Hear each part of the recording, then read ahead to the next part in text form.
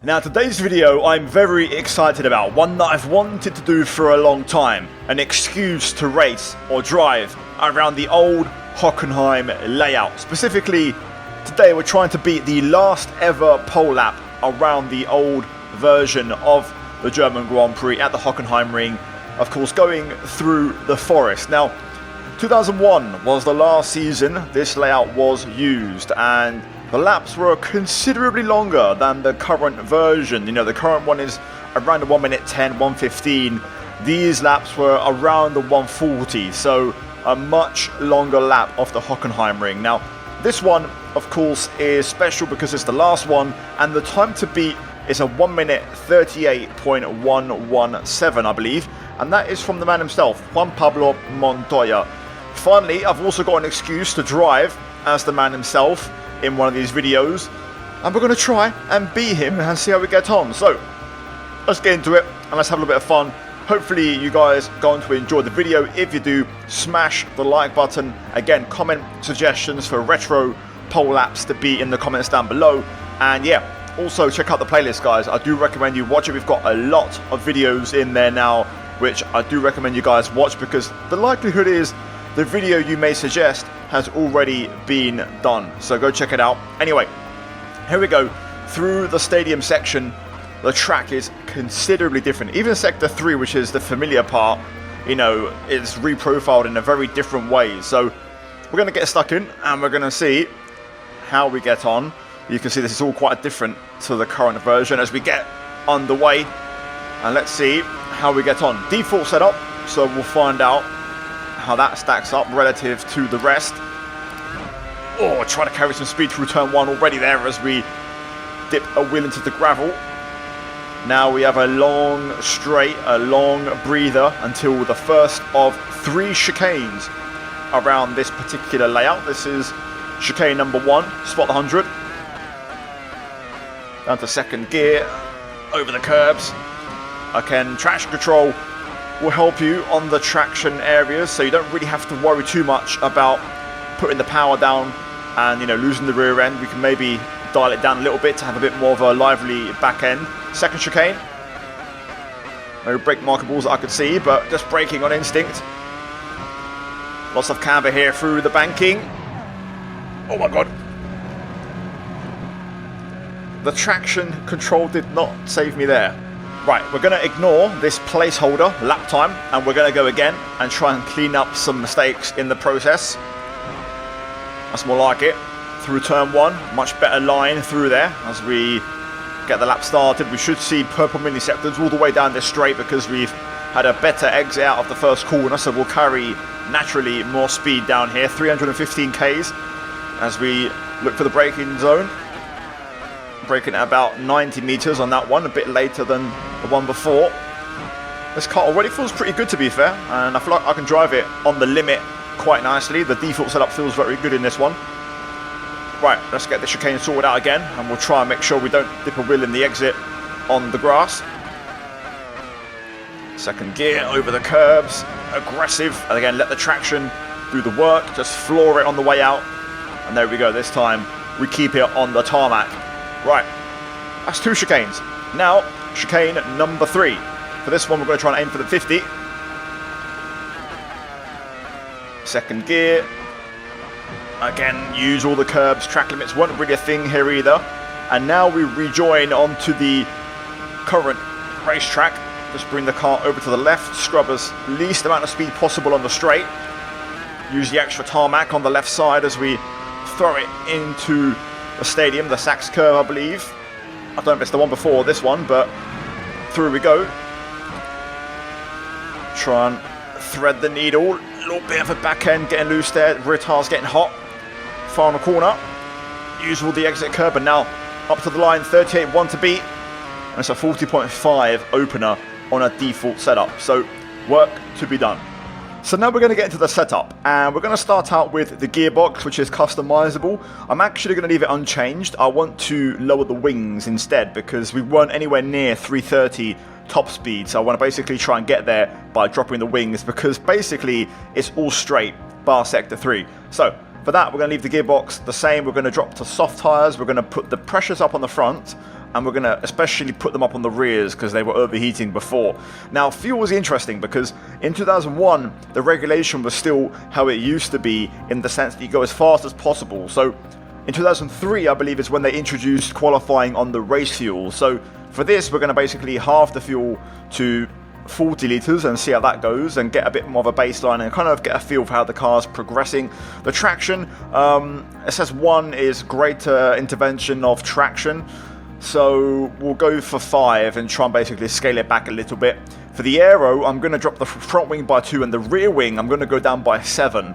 So basically we're going to try and gain top speed, but also making the car a bit more nervous and loose on the back end. So we'll go with that. For tyres, we're going to put the camber up a little bit on the front and bring the toe as well to make it more front leaning and more front aggressive. Diff coast down bias, we're going to go 51. We can get away with a bit more of a rearward bias around here.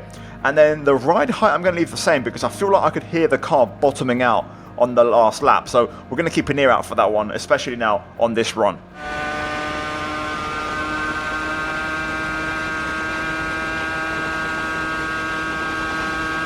You see what I mean? I can sort of hear it. We're already hitting a much better top speed, 320, just on the out lap.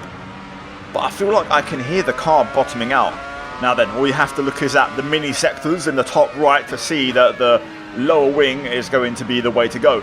If we can manage through here, then we're going to be looking pretty quick.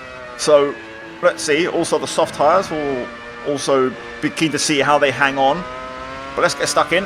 Might have to readjust a few corners in terms of the speed we carry because of the less wing on the front.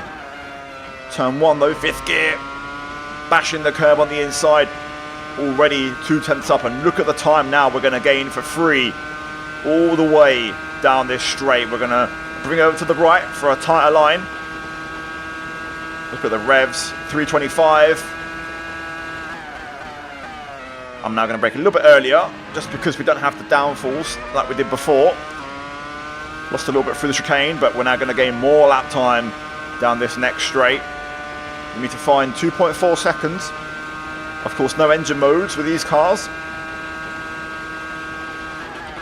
I'm trying to find a braking point for this chicane. I'm kind of just using one of the shadows of the trees. So again, we lose out a little bit for the chicane, but you can see we're coming out on top. Generally, just by running less wing is the better way to go.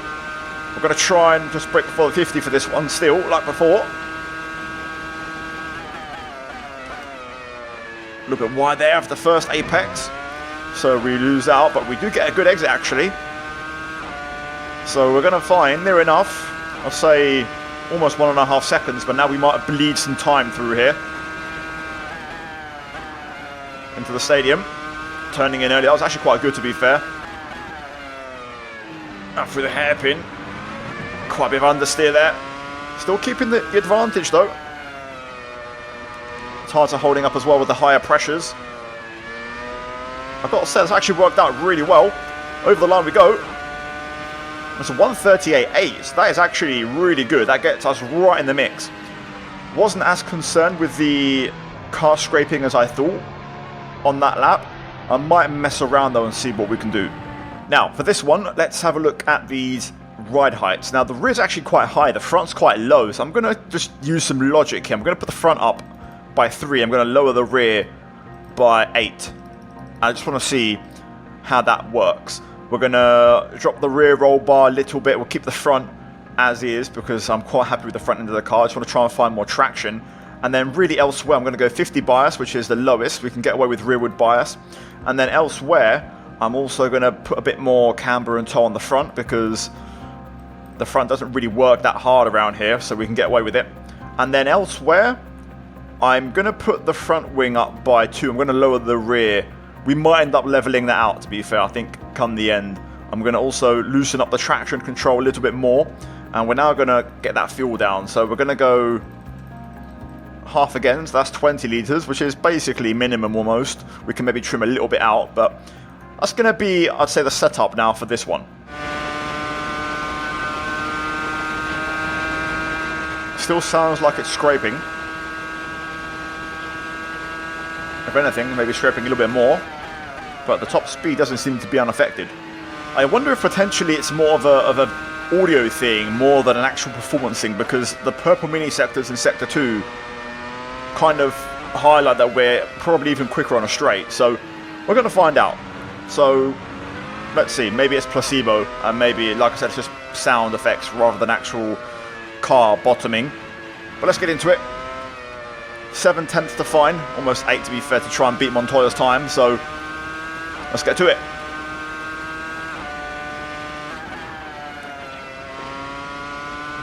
Oh yeah, that was great. Really good turn one. I could probably even go a bit more on the limit than that. Just got to be careful on the exit because there's a bit of a bump on the curb. But look at this, we're finding time down the straight. If that's the fuel, I'm not sure, but maybe the adjusted ride height is helping us. Gonna go second gear through the chicane instead of third. Oh yeah, this is the way to go. That ride height adjustment, I think, has made a difference. Along with the wings, of course, as well, working everything in tandem.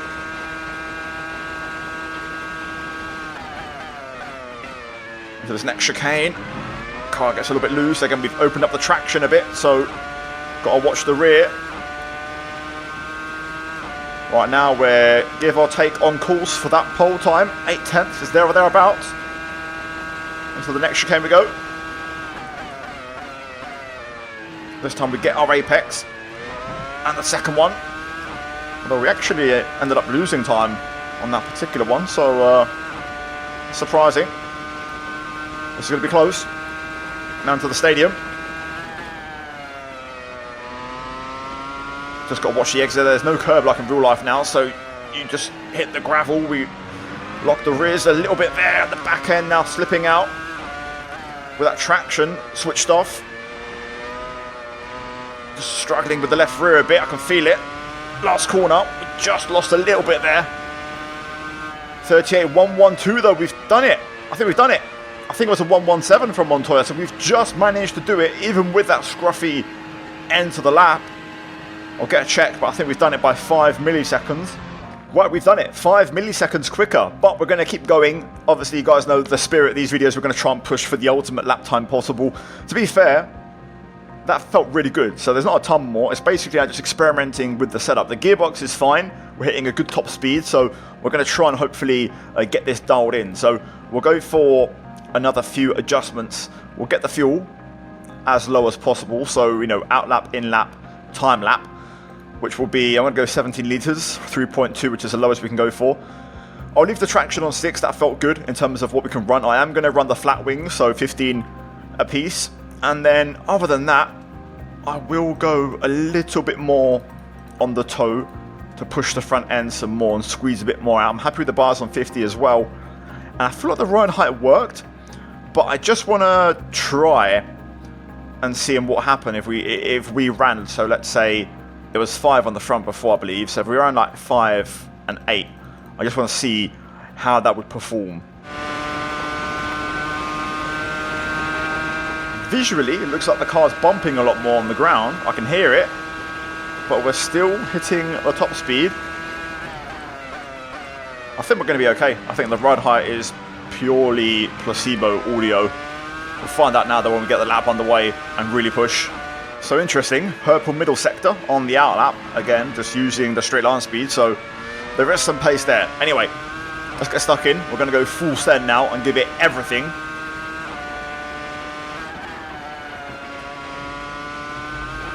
Oh, that was brilliant. Absolutely unreal turn one there. Let's try and hit the speed limit, 330. Yep, we're getting quicker on the straight. Just got to watch the rear. I'm going to go third gear. I feel like that's better for traction. I reckon we can probably do like a 37.5 at best, maybe a 4. There is time around here if we really commit.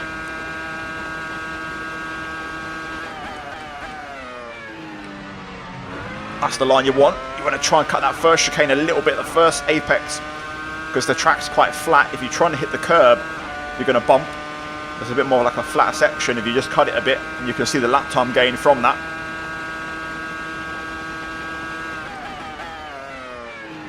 I'm just sort of driving to the apex, and it seems to be working with these cars. a la Schumacher driving style. You basically just drive the car, the front end, the nose to the apex, and it just seems to respond. Oh, the car feels great. Really, really good. Super lively. I say that though. Oh, just got carried away. That might be a sign to just move the bias up to 51 again on the rear. But that felt so good. I'm going to go away. I'm going to lock in. We're going to get this lap dialed in and nailed. And hopefully, come the end of it, we've got a sexy lap to show you.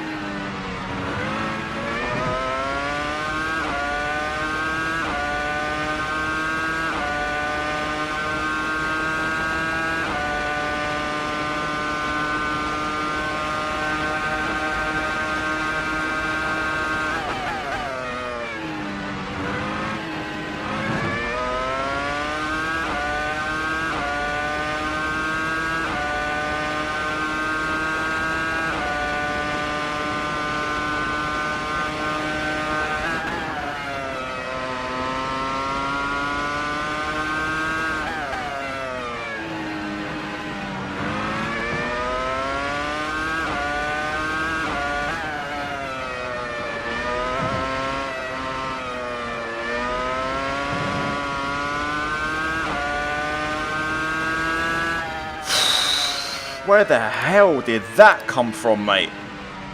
Whew. That's unbelievable. So we're now going to head down from 100% grip, which is the maximum track grip possible, because we did a 0.4, a 36.4. We're now going to head down to 96, which is considered slow by Assetto Corsa standards, which also, by the way, guys, I highly doubt in 2001 the track grip was any worse than that. So if we do still smash it, it's likely just the mod being a bit too quick.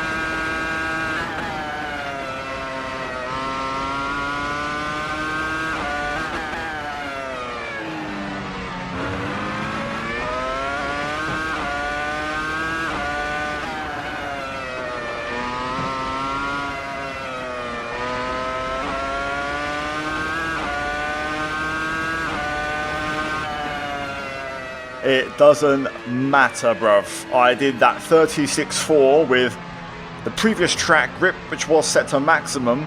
I've lowered it to 96 and we're still flying. The car's quick. Car is rapid, but we can bang this lap out plenty of times. I highly doubt the official track condition back in 2001 when that time was set was like 92%. In other words, like dusty or old or, you know, really poor track condition. So I think I'm going to take that.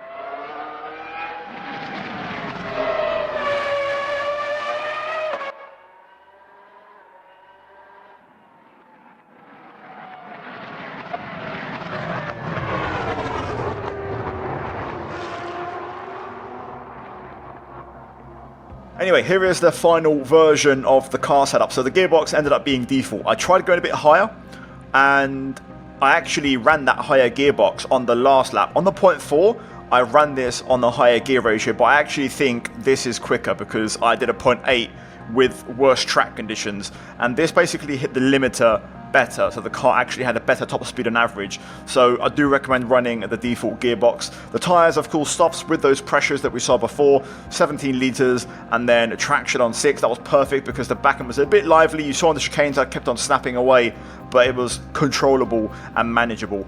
Aero 15 flat across the board, front camber and toe very aggressive, the rear was default, and then we dropped the diff coast, of course, by 20. Brake bias 51 is spot on the money. And then the ride height 5 on the front, 8 on the rear. Dropped the roll bar on the rear by a touch. Kept the front roll bar unchanged. Not to be fair, a super complex setup, but the car just felt really good, really intuitive and fun to drive to the point I could push it to the limit, and it really worked well. But guys, that's where I'm going to leave it. Hopefully you enjoyed the video. This one might be a bit shorter than others because we smashed the time right away. There was no huge challenge involved. The car was super fun to drive and drivable and easy to drive.